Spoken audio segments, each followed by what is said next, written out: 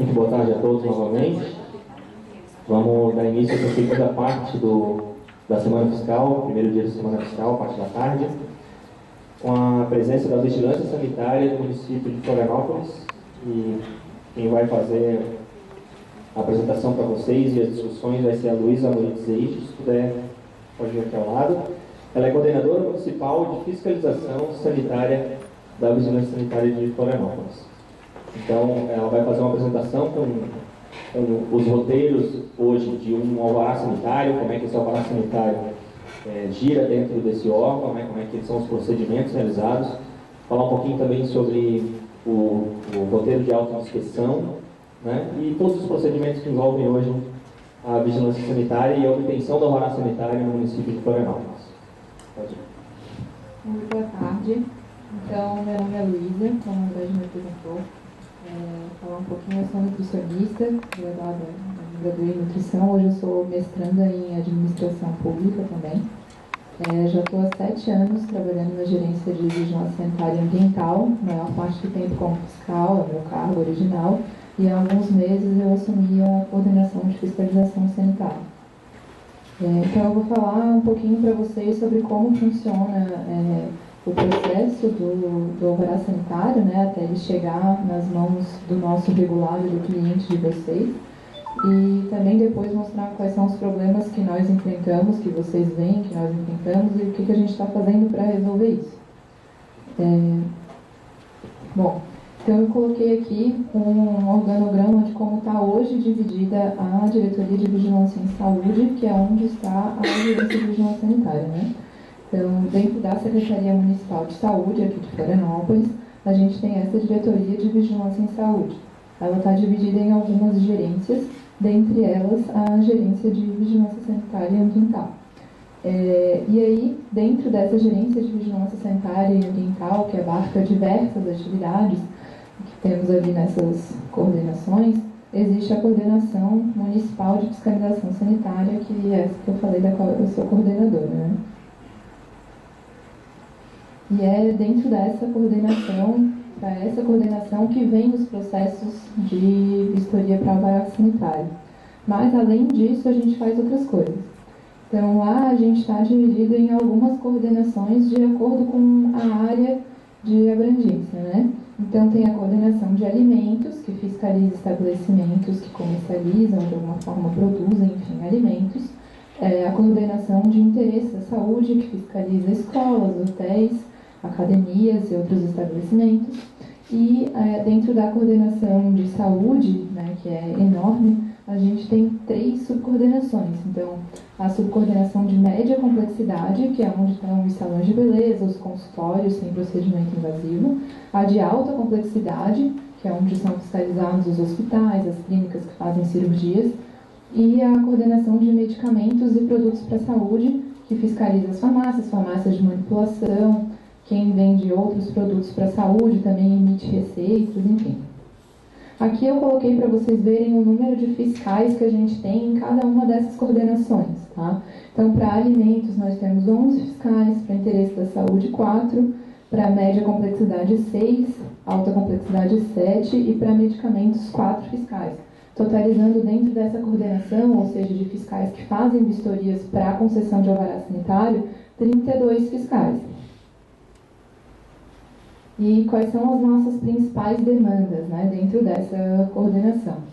Então, uma das principais hoje são, né, as vistorias para a concessão e revalidação dos alvarás sanitários. Outra demanda são as vistorias para atendimento de denúncias. Outra ainda para atendimento de denúncias também, mas vindos de organizações como o Ministério Público Estadual e Federal, que a gente precisa, às vezes, dar uma resposta para eles, se tal estabelecimento está regularizado ou não. As vistorias em eventos, qualquer evento na cidade tem que ter o nosso alvará sanitário, onde são verificadas as condições dos serviços de alimentação do evento, também do esgotamento sanitário, onde que vai ser jogado, né? A ambulância e ambulatório médico para verificar questões de assistência à saúde da população que vai estar nesse evento. E ainda a gente também faz busca ativa, né, de estabelecimentos que estão funcionando sem o alvará sanitário para tentar regularizá-los. e elabora legislações que nós mesmos utilizamos para embasar as nossas atividades. Então, são esses 32 fiscais que são responsáveis por fazer tudo isso. Eu coloquei ali alguns números do ano passado para a gente ter ideia da dimensão do trabalho, né? Então, foram protocolados só para essa coordenação. Eu não estou contando processos de análise de projetos, de habite sanitário, não. Somente processos de estabelecimento que fazem algumas daquelas atividades que eu citei. Foram 5.100, mas atendimento de denúncias, né? Foram protocoladas quase 1.700 denúncias e também tiveram 511 processos de eventos, tá? Isso sem contar as demandas de Ministério Público, as buscas ativas e reuniões, enfim, para elaboração de legislações. Então, assim, né, para um trabalho bem grande feito por não muitas pessoas, por isso muitas vezes a gente tem dificuldade em fazer da forma que gostaria. Como que funciona hoje, então, a concessão de um alvará sanitário? Concessão, aqui quando eu falo, pode ser a concessão ou a revalidação, tá? Que nesse momento não vai fazer muita diferença. Então, começa com o responsável pelo estabelecimento preenchendo o requerimento e o roteiro de autoinspeção. Depois eu vou mostrar para vocês onde está no site da prefeitura esse requerimento e esse roteiro. Por que eu coloquei ali que é o responsável pelo estabelecimento que preenche? A gente sabe que muitas vezes quem preenche é a contabilidade daquela empresa, que de alguma forma também é responsável por ela, né?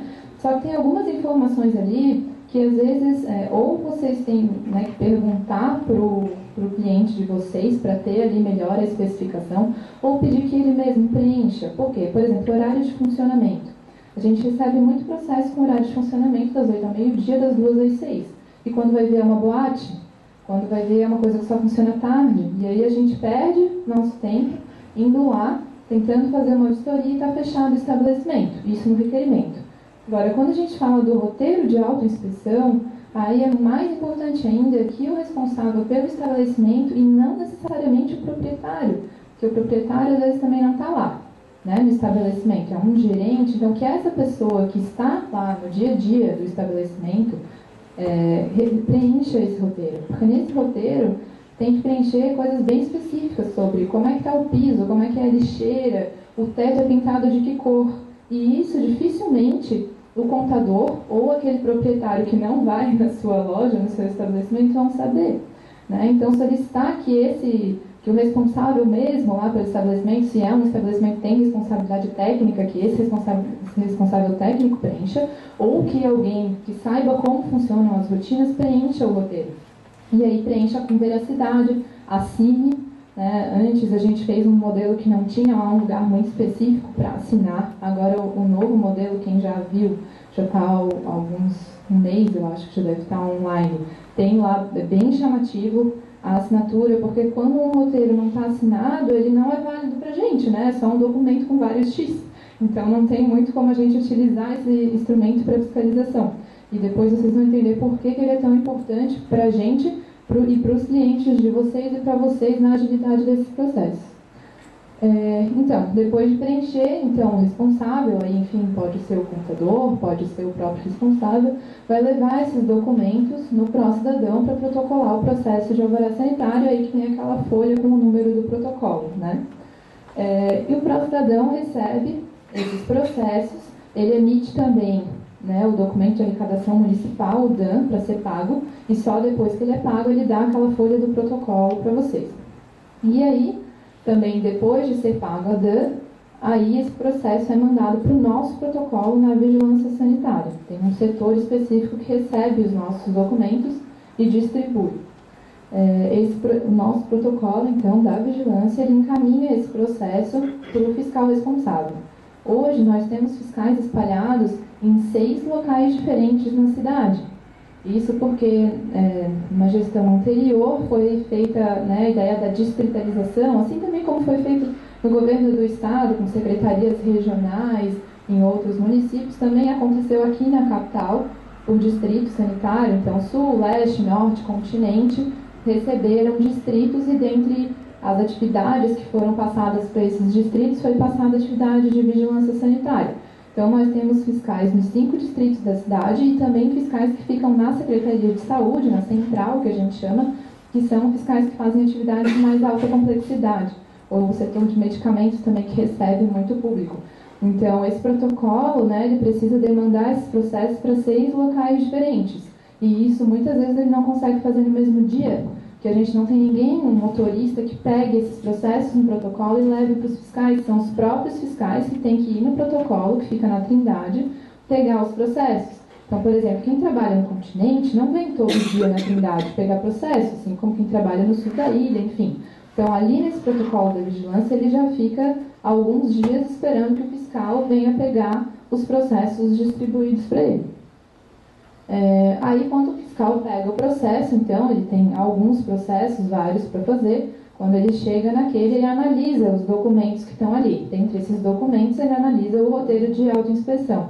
Porque hoje, se aquele estabelecimento já teve uma vistoria, então seria uma renovação, se não é o primeiro alvará do estabelecimento, o fiscal pode deferir, se não é um estabelecimento muito complexo, de muito alto risco, como um hospital, por exemplo, os outros, ele pode deferir só olhando aquele roteiro, olhando o histórico do estabelecimento e olhando alguns outros documentos que o regulado anexou ali, dependendo da atividade dele. Então, se a documentação estiver correta, o preenchimento do roteiro estiver correto, estiver assinado e ele tiver um bom histórico, ou seja, nunca foi fechado por nós, nunca teve uma infração, da última vez não foi multado, cumpriu as exigências, enfim, ele já pode ali receber o seu alvará sanitário, o que já poupa bastante tempo, porque aí aquele processo não vai entrar numa fila para vistoria presencial.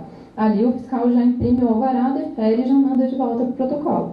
Caso o fiscal julgue que não dá para deferir aquele processo ali por uma inspeção documental, por N motivos, dentre eles o mau preenchimento do roteiro, daí ele vai entrar na fila para fazer a inspeção presencial. E aí é quando, né, o fiscal, dependendo da demanda dele, ele vai levar um tempo ou mais tempo. Quando ele faz essa vistoria presencial, todas as exigências estão cumpridas, ou quando elas não estão, ele tem que retornar ao local. Então, também é importante que o proprietário ou a pessoa que está lá responsável pelo estabelecimento no dia a dia leia o roteiro, porque ali ele já vai saber o que a gente pede, já vai saber o que ele tem que estar cumprindo para receber o alvará sanitário. E aí o fiscal pode ir lá uma vez só, já que tem que ir naquele caso, ele vai só uma vez ver que está tudo cumprido e já pode deferir o alvará. Se não, aquele processo vai ter que receber uma nova vistoria presencial, ou seja, ele vai ter que esperar o prazo que foi dado para a pessoa arrumar o que tinha que arrumar e voltar lá, enquanto ele poderia já estar fazendo um outro processo, pegando um processo novo para fazer vistoria.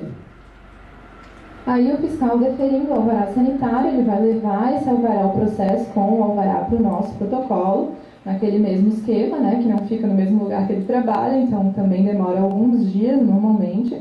E aí o nosso protocolo da vigilância, normalmente no dia seguinte que recebe os processos, já encaminha para o Prostadão.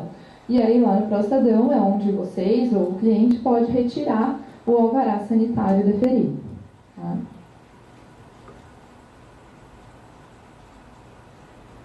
E aqui então eu vou responder porque, né, que acontece bastante, tem acontecido principalmente no último ano, eu acredito, que um alvará sanitário pode sair vencido, né? Ele foi deferido, teve uma vistoria uma semana atrás, mas ele sai com uma data vencida, muitas vezes sai que ele foi deferido em maio e venceu em abril do mesmo ano, né? Por quê?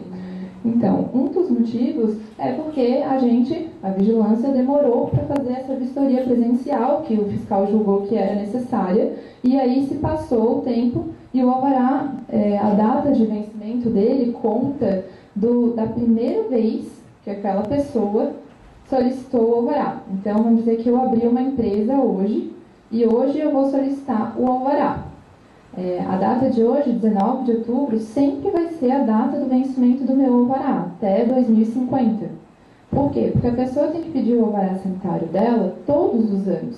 E o que acontecia antes? Não tinha essa data fixa.